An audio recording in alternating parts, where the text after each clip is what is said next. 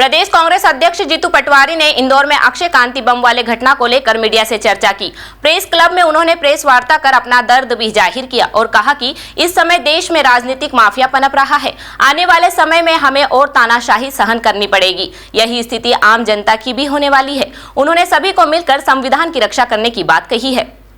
जीतू पटवारी ने कहा कि पहले बूथ कैप्चर होते थे, लेकिन अब प्रत्याशी ही कैप्चर हो रहा है। कल का घटनाक्रम इंदौर को कलंकित करने वाला है। हमारे विधायक हारे, पर हमने तो कोई गलत कदम नहीं उठाया। देश में राजनीतिक माफिया पनप रहा है। ये लड़ाई बीजेपी कांग्रेस की नहीं है। कांग्रेस अब चुनाव नहीं लड़ रही है, उसका चुनाव चिन्ह ही निकल गया। पर यह लड़ाई अब न्याय की है। अब इंदौर की राजनीतिक अस्मिता की लड़ाई है। पटवारी ने कहा कि चुनाव का बहिष्कार हम नहीं करेंगे, लेकिन हमारे पास नोटा का विकल्प है। पटवारी ने निर्दलीय प्रत्याशियों को लेकर कहा कि कल भाजपा के नेता निर्दलीय प्रत्याशियों को घेरकर नामांकन वापस कराने की तैयारी में थे। उन्हें हमने बीजेपी से बचाया। जिला निर्वाचन अधिकारी पर उठाए सवाल पर पटवारी ने कहा कि नाम वापसी का समय 3 बजे का था, लेकिन 4 बजे तक चीजें चलती रही। पटवारी ने सख्त लहजे में यह भी कहा कि कांग्रेस पार्टी किसी को भी समर्थन नहीं देगी।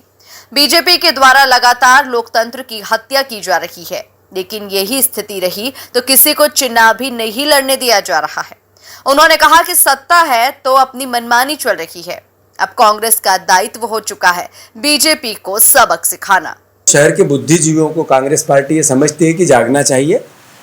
मैं खासकर अपील करता हूं आप लोगों से, खासकर जर्नलिज्म से, पत्रकारों से, कि जरूर मैं मानता हूं कि बहुत बंदिशें हैं, बहुत आपके अपने व्यक्तिगत संबंध भी रहते हैं, सरकार का सहयोग भी रहता है, पर इसके बाद भी इंदौर की जो जर्नलिज्म है उसने हमेशा जब भी अति हुई है, अति की पराकाष्ठा हुई है, तब आप लोगों ने सबको राह दिखाई।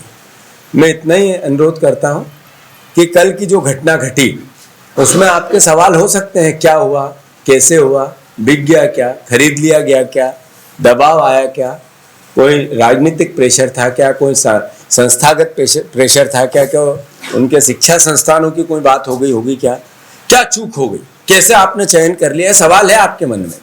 पर ये सवाल महत्वपूर्ण नहीं है। महत्वपूर्ण है इस शहर के लोकतंत्र का कलंकित होना। क्या इंदौर शहर की जनता, जब बीजेपी को पता रहता है कि अभी हम नगर निगम में इतने भारी बहुमत से जीते, हम 5-8 हम विधायक हारे, इंदौर शहर की लोकसभा के बड़े मार्जिन से हारे, इंदौर जनता ने उनको स्वीकार किया, उनको समर्थन दिया, हमने भी उसको आत्मसात किया। हमने कोई हल्का और छोटा वर्डिंग नहीं दी कभी। इंदौर शहर ने जो जनादेश दिया उसको सर माथे पे लिया, जिताया तो भी लिया, हराया तो भी लिया। पर यह परिस्थिति कि हम किसी को चुनाव ही नहीं लड़ने देंगे, या ये परिस्थिति कि हम ताकतवर है, हमारे पास सत्ता है, हमारे पास आर्थिक बल है, तो हम किसी को कुछ नहीं समझेंगे, क्या इंदौर शहर की जनता को अब मतलब इसका असर आपके परिवार पे, आपके बच्चों पे, आपके भविष्य पे होगा कि नहीं होगा? हमारा अपना शहर है भाई। हो सकता है हम में कमी हो सकता है हम कमजोर हो सकता है कि अभी कांग्रेस का संगठन उतना ताकतवर नहीं है, ये सब बात हो सकती है। मैं इसको नजरअंदाज नहीं कर रहा हूं, न इसको कहीं इसके अपना मुंह छुपा रहा हूं। पर इंदौर शहर के परिवारजन ये नहीं सोचेंगे कि इस तरह की हठधर्मिता क्या राजनीतिक माफिया को तो नहीं पनपा रही है? जहां राजनीतिक माफिया है वहां कैसी हालत है, ये आप लोग लिखते हैं, पढ़ते हैं, देखते हैं। तो मेरा बस इतना ही अनुरोध है कि इंदौर शहर को लेकर कांग्रेस पार्टी बहुत गंभीर है। नगर निगम में अखबार छापते हैं रोज, सही कही कि 100 करोड़ तक पहुंच गया घोटाला। क्या घोटाला है कि काम ही नहीं किया, बिल निकाल लिए और पैसे ले लिए। 100 करोड़ मतलब ये जो नगर निगम कई करोड़ों रुपए के कर्जे में, जिसकी तनख्वाहें नहीं दी जाती है, उसमें 100 करोड़ रुपए का एक ऐसा 100 से भी ज्यादा जाएगा। और हम सर्वविदित है, देखते रहते हैं, बिना कमीशन से नगर निगम में कोई काम होता है क्या?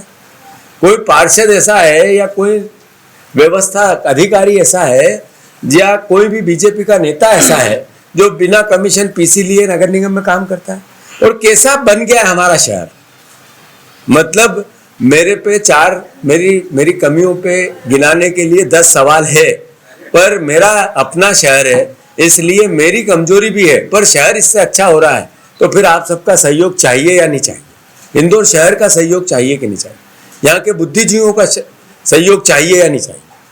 तो कांग्रेस पार्टी ने कल की पूरी घटना को बहुत गंभीरता से लिया है। हम अपना दायित्व समझते हैं और उस दायित्व में बीजेपी को सबक सिखाना चाहिए। अब ये लड़ाई कांग्रेस की नहीं है, ये लड़ाई इंदौर और भारतीय जनता पार्टी की है। ये लड़ाई बीजेपी के अहंकार की और इस इंदौर की सभ्यता की है, संस्कार की है, माँ अहिल्या के संस्कार की। मैं अनुरोध करता हूँ, कांग्रेस तो चुनाव ही नहीं लड़ रही है, हमारा तो फार्म निकल गया, पंजा है ही नहीं उसमें, पर हम इंदौर के तो हैं, इस शहर के हैं, इसकी आत्मा के हैं। जो पार्टी जनसंघ के जमाने से शुचिता की बात करती थी, अलग तरह के एथिक की बात करती थी, अलग तरह के अलग अलग प्रकार के कई व्यवस्थाओं की बात करती थी कि हमसे अच्छा कोई नहीं, हम पार्टी ऑफ डिफरेंस की बात करती थी। क्या हुआ, क्या हुआ इस पूरी परिस्थिति का भैया? तो मैं अनुरोध करता हूं, मेरा आप सबसे भी करबद्ध निवेदन है, क्योंकि आप ही एक ऐसी व्यवस्था हो जिससे हम अपनी बात अच्छे से पहुंचा सकते हैं। एक बहुत बड़ा आयाम हो आप। मीडिया से हम आग्रह करते हैं, ये बात अब घर घर जानी चाहिए कि इंदौर की अस्मिता कैसे बचेगी, राजनीतिक अस्मिता।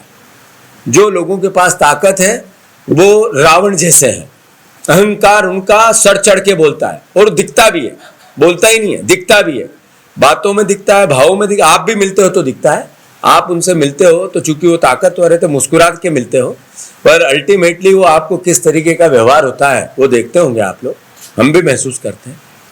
तो मेरा आप सबसे आग्रह है, कांग्रेस पार्टी ने बीजेपी को सबक सिखाना चाहिए। बीजेपी को सबक सिखाने के कई ऑप्शन है। एक है कि इंदौर शहर तय करे कि बीजेपी को किस तरीके से, हम ये भी नहीं कहेंगे कि बहिष्कार करो चुनाव का, ये हमारी लाइन नहीं हो सकती, हम लोकतांत्रिक लोग हैं, पर यह जरूर है कि नोटा का ऑप्शन है इस शहर में। बहरहाल चुनाव से बाहर हो चुके कांग्रेस के प्रदेश अध्यक्ष जीतू पटवारी ने इंदौर की आवाम से लोकतंत्र को बचाने की गुहार लगाई है। इंदौर से द राजीव टाइम्स की रिपोर्ट।